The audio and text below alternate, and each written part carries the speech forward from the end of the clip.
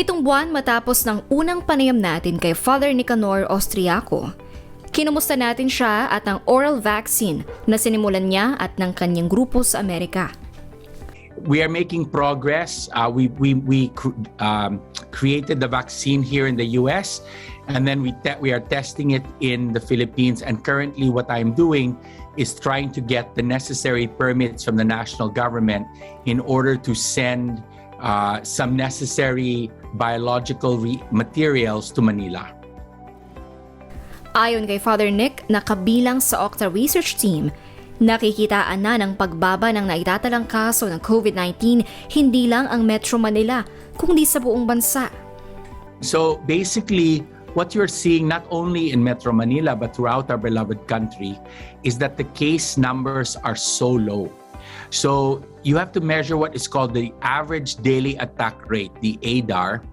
And once the ADAR drops below 1 in 100,000, which is what we're seeing now in the Philippines with only 500 in a country of 110 million, what that means is that the risk is low for the following reasons. There is low case numbers, low hospitalization, right, and very low positivity rate. That means that the pandemic is very quiet in the Philippines. What this suggests is that we have substantial population immunity, that there's enough Filipinos who are vaccinated or who got sick that they are protected against the spread of the COVID-19.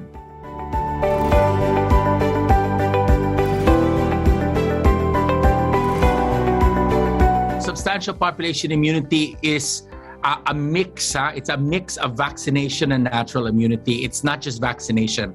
And the numbers for the national government suggest that many of our urban centers, many of our cities, many of our first-class municipalities have already been vaccinated at high levels in terms of adults. So even in Manila, in Metro Manila, nearly 100% of all the adults have been vaccinated, and half of our teenagers, 12 to 17, have been vaccinated.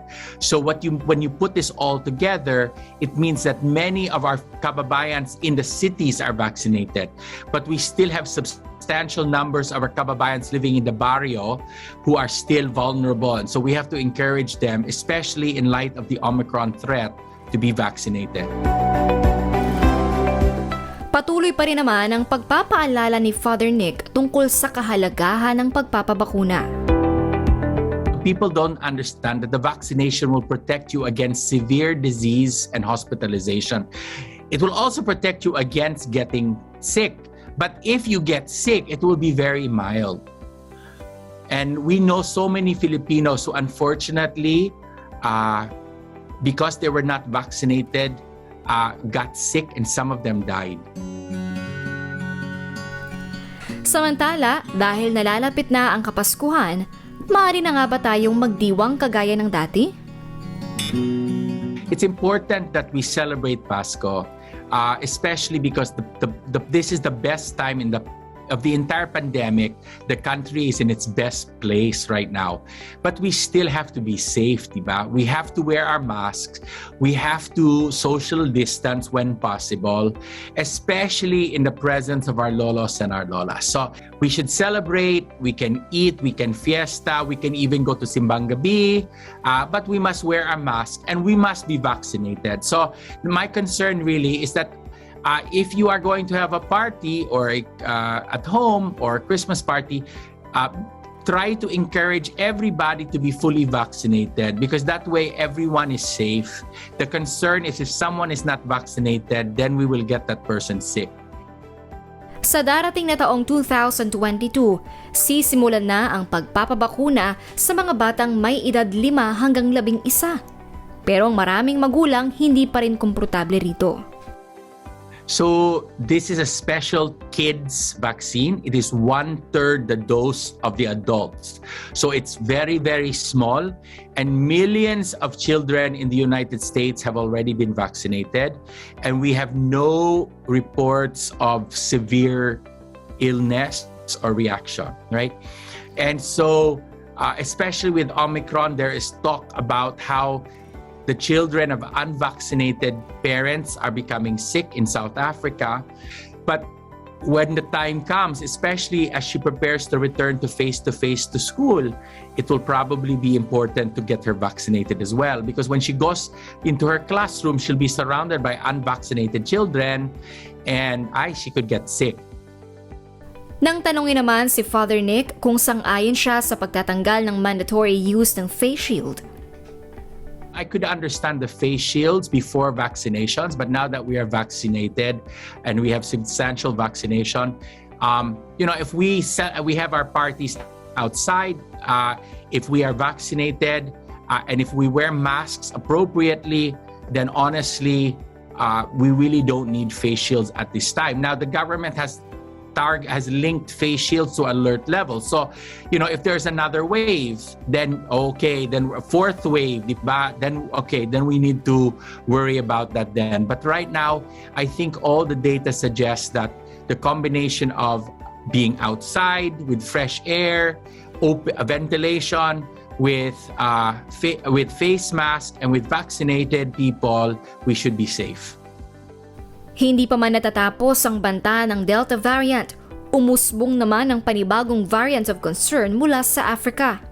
This is a variant of concern, the 5th variant of concern, and it is mutated a lot. It's 52 or 53 mutations, but the data from South Africa is actually hopeful that one, it is more transmissible. There's actually some information out of India that the incubation period is now 1 day instead of the 3 days.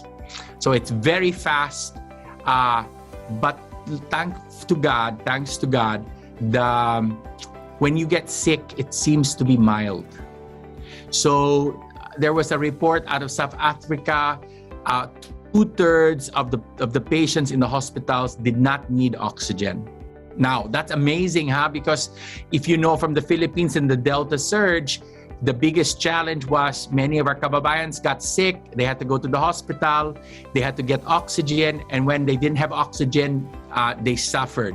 So the fact that that 2/3 do not appear to need oxygen, especially if you're vaccinated. So if you're vaccinated, again, it was mild, that you did not need the oxygen. That's good. So we're hopeful that it's more transmissible, it's immune evasive, but it's mild. So mutations happen in every patient. Okay, so if you are vaccinated and you get sick, there will be some mutations happening in you, but there will be fewer numbers of viruses, diba? So you have lower viral load for most of the time you're sick. That's why it's mild. So the chances of getting a mutation is lower. So the vaccines protect you against getting sick. The vaccines protect you from getting severe illness and hospitalization, and it decreases the chance that you will generate a new mutant, right? And that's really important because we want to decrease the number of new variants of concern that appear in the next year or two. Naging matunog naman ang pagdating ng anti-COVID drugs sa bansa noong Nobyembre. Pero ang tanong, gaano nga ba ito ka-safe? When I gave my presentation to the president earlier this week, I pointed out that the Philippines needs to access the 2 antiviral drugs, molnupiravir from Merck and Paxlovid from Pfizer, because these 2 drugs have been shown to prevent people from going to the hospital. So you can imagine you are fully vaccinated, but you get COVID, and you have comorbidities, or you're a lolo or a lola. So we will just give you 10 pills, 2 pills a day for 5 days, and you do not go to the hospital, you stay at home. So this is a way of preventing our hospitals from being overwhelmed, and therefore this will end the pandemic. So to all our kababayans, it is December, it is Christmas, and we have much to be celebrating with regards to our ability to mitigate this pandemic in our beloved country. In the new year, we have much hope. We hope that this year will be the end of the pandemic and a gradual return to our lives. But for now, we must be careful. We can celebrate, but we must be safe. We must wear our masks. We must be socially distanced, especially in the presence of our lolos and our lolas. We must meet in ventilated places, preferably outside.